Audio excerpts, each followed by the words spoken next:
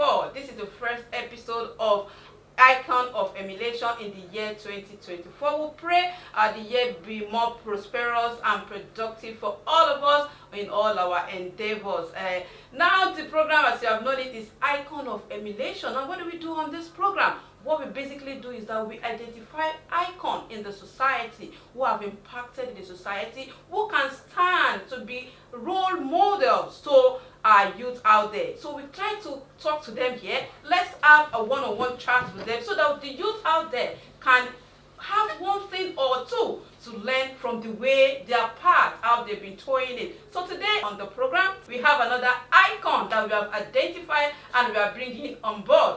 My name is Fauziya Salako-Sonny. Today, we shall be going into another icon's territory. That icon, let me quickly give you the juice, is a law person, but that's just the tip of iceberg I'm going to talk about now. Let me quickly go to my guest. Let's see him. Then we'll go into the program proper. Do not forget, the essence of this program is for you out there, the youth especially. Watch it, listen to it, and try to emulate the good and the impactful things that these icons have done. Good day to you, Barrister Bakare. Good morning, viewers. Good morning, presenter. Thank you very much.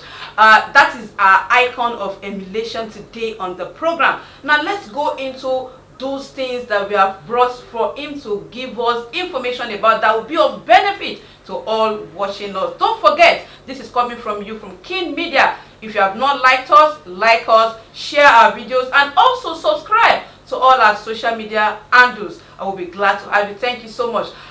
Let's go this way, sir. We would like to know who is Barrister Bakare, growing up, things that you do, and so on. My name is Kamordeen Akinjide Bakare. I was born in Lagos, Ebute Metta to be precise. I'm very proud of that. I grew up in Ebute Metta. I went to Nigeria Premier College, later became Jibowu High School. Okay. I also attended Anwar Islam College, Agege, to do my A-levels. I went to Lagos State University, where I graduated in 1990 and went to the law school. In 1991, I did my youth service in Bauchi State, Federal Polytechnic, Bauchi. I also did a master's in forensic science in Lagos State University as well, teaching hospital. That was in year 2000, 2010, 2011.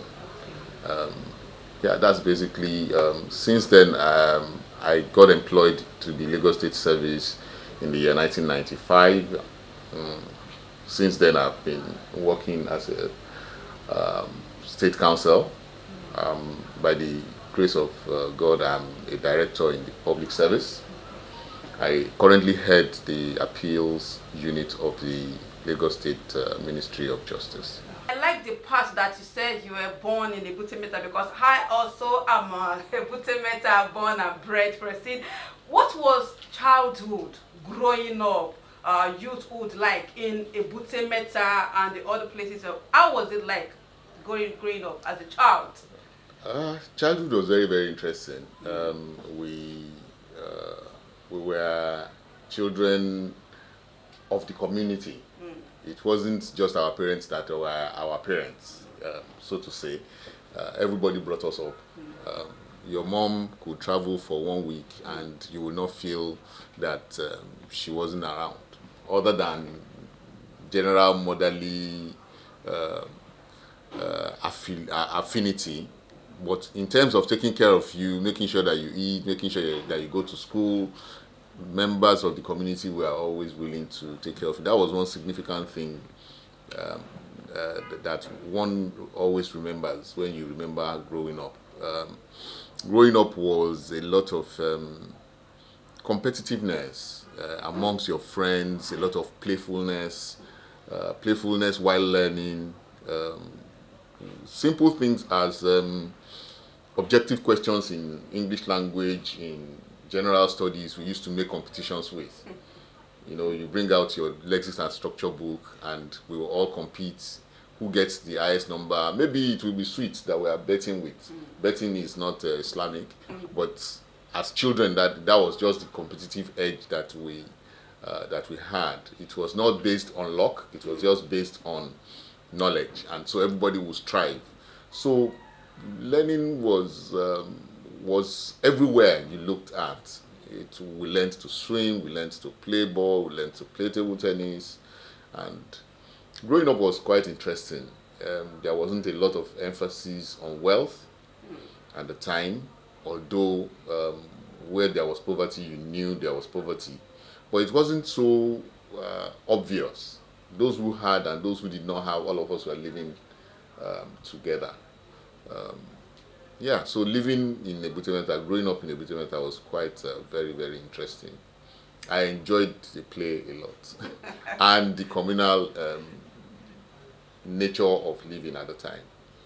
Are there some of those you had childhood with that you can quickly remember now? There may be like somebody like Fauzia when we are all. Okay, so I remember Yinka Koyejo. I remember quite a lot of people. I remember, on top of my head now, I can't really pick out names, but there were quite a lot of people there, and who, some of them are lawyers, some are doctors. We have a professor, Professor Kola. What's his surname now? He's a professor of animal science. We have Deji Onoderu of blessed memory. Quite a lot of my peers then. The memories are always very sweet. That's nice.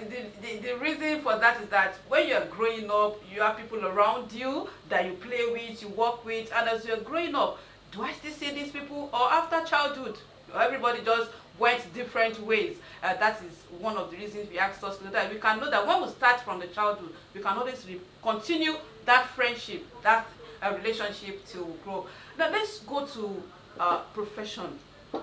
What would you say your experiences been in this law profession? Let's look at about 20 years ago. How was law being practiced then and now?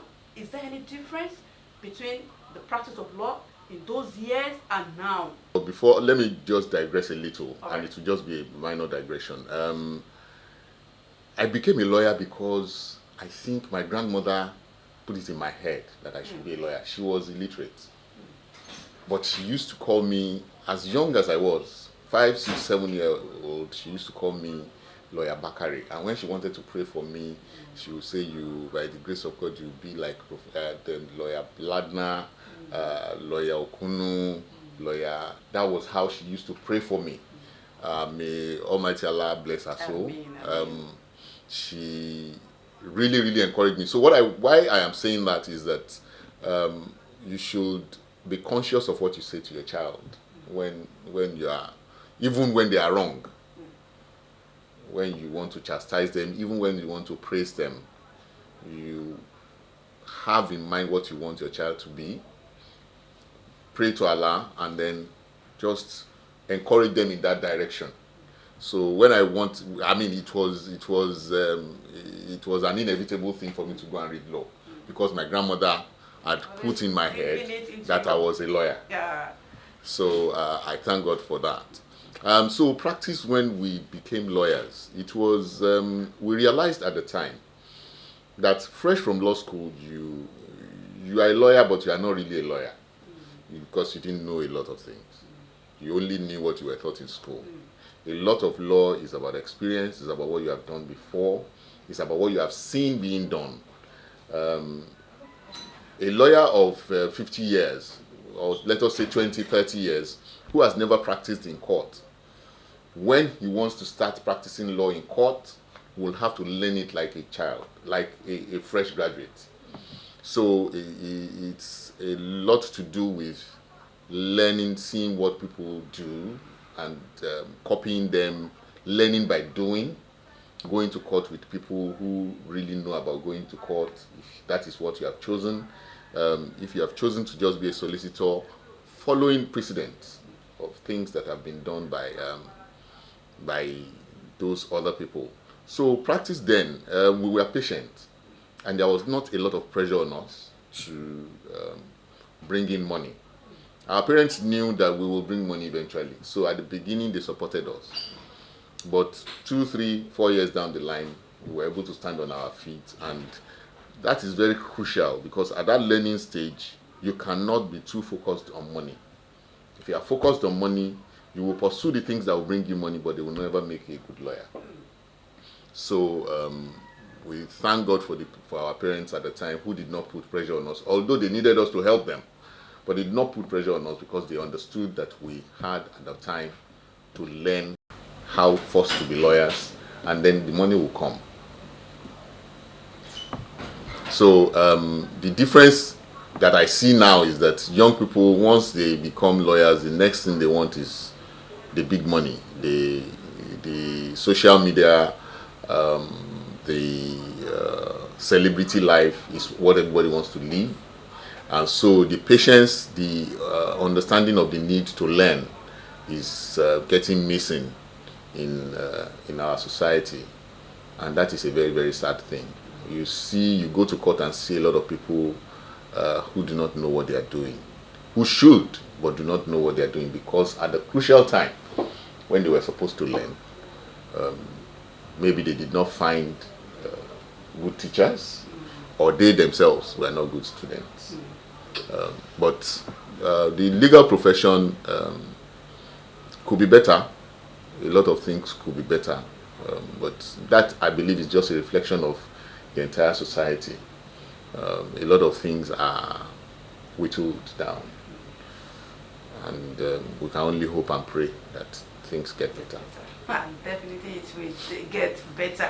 What would be your perspective on mentorship in profession or career? What would you say, what effect, or how can people go about mentoring people? Like you have said, there are some lawyers that they've not practiced, but they have gone to school to acquire that certificate. But if you have not you've not done the practical aspect of it, you are not yet a lawyer. What is the role of mentorship in career choosing in life? That's one thing. We've always been told that the court of law is the hope of the common masses. How realistic is this as we speak in the society today, sir? Okay, your first question, I will also beg to digress. I will answer that question by an example. Some 10, 12 years ago, I'm a member of NASFAT. I'm very happy and proud to say so. I joined NASFAT in 1996. So sometime about 12 years ago, one of our members in NASFAT, Laji Shekoni, brought to me a young lawyer that this person is looking for, she has graduated, she's looking for somewhere to work.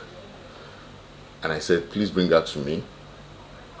So when she came to me, the first question I asked her was, so what do you want to do?